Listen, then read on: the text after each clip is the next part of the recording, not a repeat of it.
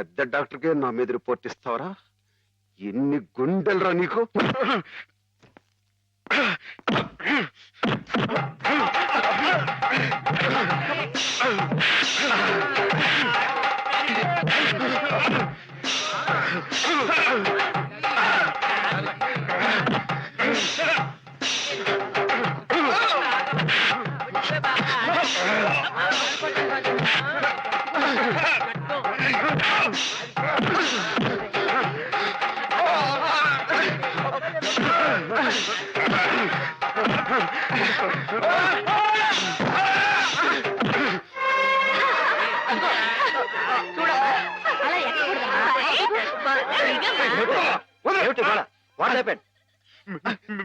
మీకు తన పేరు చెప్పారని నన్ను కర్ర తీసుకుని కొట్టాడు సార్.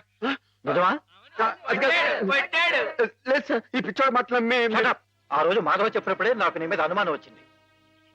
తెలుసో తెలియకో చేసిన పాపాలకు మానసిక స్థితి దెబ్బతిని పాపం వాళ్ళు ఇక్కడ పడుంటే వాళ్ళ మీద కాస్త జాలి చూపడం అని ఇటువంటి అగాయిత్యం చేస్తావా? You're summarily dismiss. Get out. Sir ఈ ఒక్కసారికి ఈ కాంపౌండ్ లో అడుగు పెట్టావంటే పోలీసులు పిలిపించి I will get you arrested. Get last.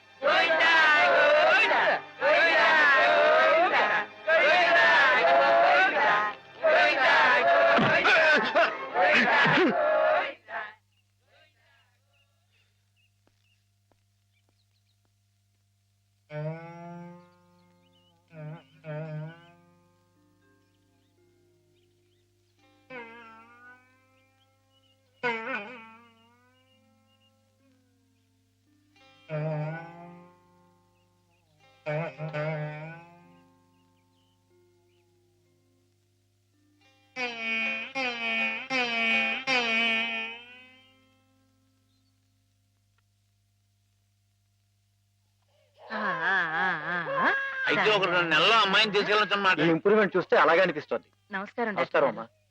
ఆమెను పిలిపిస్తాను, కూర్చోండి. హేమ పరిస్థితి మెరుగైందని విన్నాను. అంతా నీ చలవే మాధవ. నాదే ఉందండి, అంతా పయోడు దయ. హలో మాధవ. నమస్కారం డాక్టర్ గారు. ఎక్కడయ్యా? అయ్య బాబాయ్, ఇక్కడ అండి. ఏమిటి సంగతి?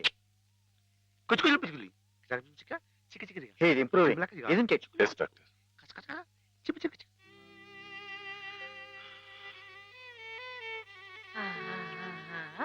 చూడు ఎవరొస్తున్నారో చూడు.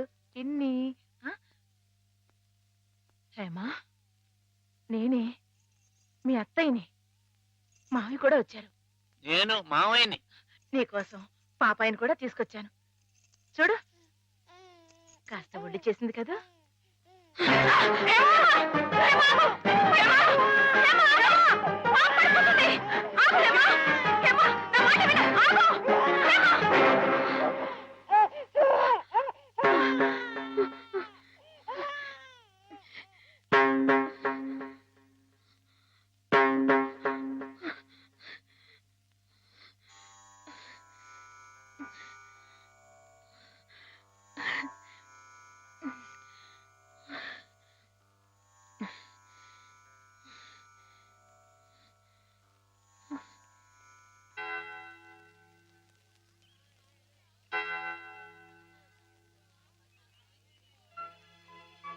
పాపం తెచ్చి నాకు అప్పగించిందంటే తన వస్తువుల్ని తన మనుషుల్ని గుర్తుపడుతున్నమాటే కదా సరస్వతి. నిజమే.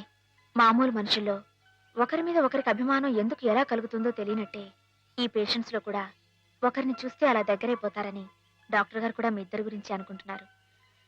మిగతా వారి ప్రమేయం లేకుండా మీ ఇద్దరే కలుసుకునేలా ఏర్పాటు చేస్తాను.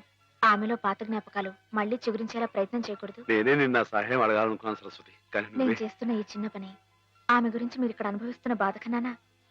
ఏమిటో ఆ పిచ్చివాడు సరస్వతి ఎప్పుడు అలాగే మాట్లాడుకుంటూ ఉంటారా? మాట్లాడుకోరే పాపం. మరి మాట్లాడుకోపోతే ఎందుకు పెదవులు అలా కదులుతున్నాయి?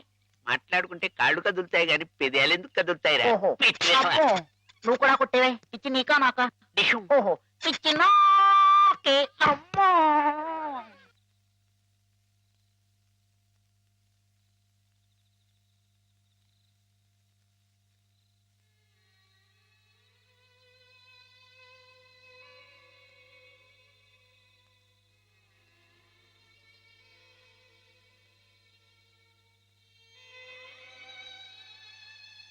ఇందాక నువ్వు ఆ పాపనిచ్చేవే, ఇదిగో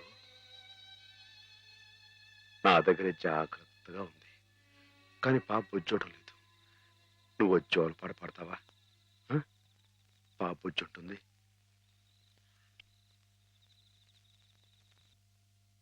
రాత్రి నువ్వేదో హేమ మీద అఘాయిత్యం చేయబోయేవట.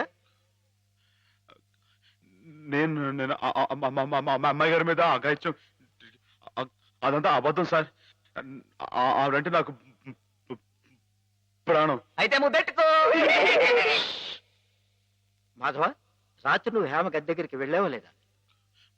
వెళ్ళాను. ఎందుకు వెళ్ళావు?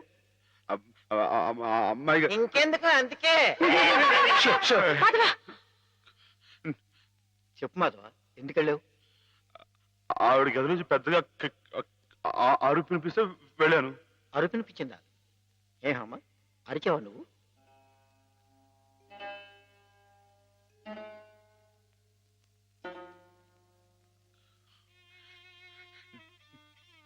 చెప్పడమ్మయ్య గారు, రాత్రి మీరు అరవలేదు.